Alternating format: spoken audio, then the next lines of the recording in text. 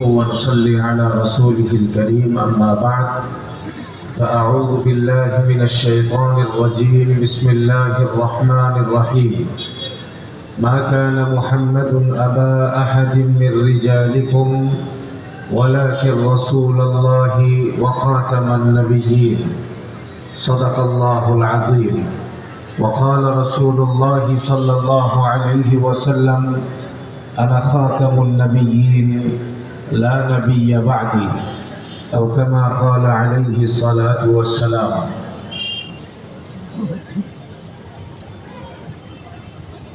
সম্মিলিত খতমে নবুয়ত পরিষদের উদ্যোগে আয়োজিত সম্মিলিত খতমে নবুয়ত পরিষদের উদ্যোগে আহুত আগামী 15ই নভেম্বরের আন্তর্জাতিক খতমে নবুয়ত ইসলামী মহাসম্মেলনকে সফল এবং সার্থক করে তোলার জন্যে আজকে বৃহত্তর কিশোরগঞ্জের উদ্যোগে গণসমাবেশের আয়োজন করা হয়েছে। উপস্থিত আছেন আজকের এই গণসমাবেশের মুহতারাম সভাপতি, আন্তর্জাতিক মজলিসে তাহাফুজে খতমে নবুয়ত বাংলাদেশের কেন্দ্রীয় নায়েবে আমির, আমাদের বাংলাদেশের ঐতিহ্যবাহী দ্বীনি ইদারা আল জামিয়াতুল ইমদাদিয়ার সুযোগ্য মহাপরিচালক এবং হেফাজতে ইসলাম সহ দেশের প্রায় সব দ্বীনি সংগঠনের অঞ্চলের অন্যতম শীর্ষ মুরব্বী হযরত মাওলানা শাফির আহমদ রশিদ দামাত বারাকাতুহু উপস্থিত আছেন।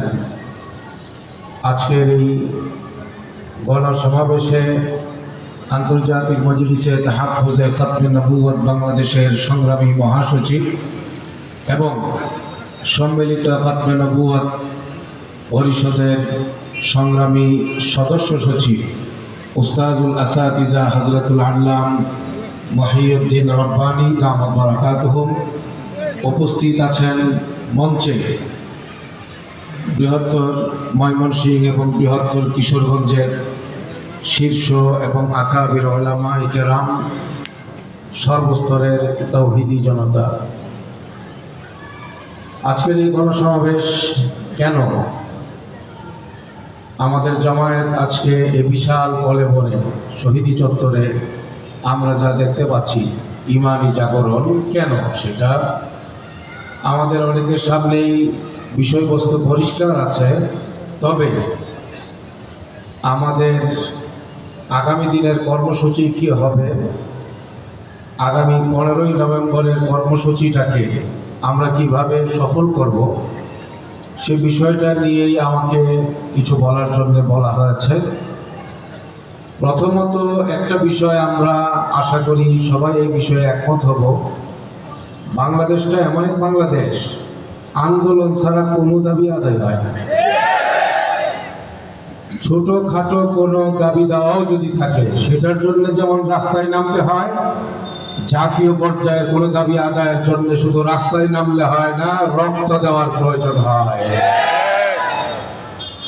আমরা বিগত দিনে দেখেছি জগদ্দল পাথরের মতো চেপে বসা জালেম স্বৈরতান্ত্রিক সরকার এই দেশের মানুষের রক্ত চুষে খেয়েছিল এক নাগারে।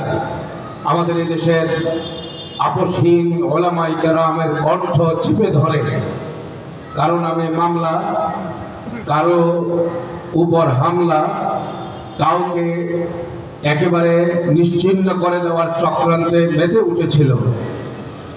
শান্তিকামী কোনো মানুষই নিরাপদ ছিল না জালেম সেই সরকারের কাছে। দেশকে মুক্ত করবার জন্য, দেশকে স্বাধীন করবার জন্য প্রয়োজন হয়েছিল ঐক্যবদ্ধ আন্দোলনের, প্রয়োজন হয়েছিল রক্তের বন্যা বসায় দেওয়া। জুলাই বিপ্লবের মাধ্যমে জালেম সরকারকে হটাবার জন্য তাই করা হয়েছে। দেশ এখন স্বাধীন হয়েছে, কথা বলেন ঠিক কিনা? দেশকে স্বাধীন করবার জন্য যদি রক্ত দিতে হয়, আমাদের ইতিহাসকে সামনে আনতে হবে।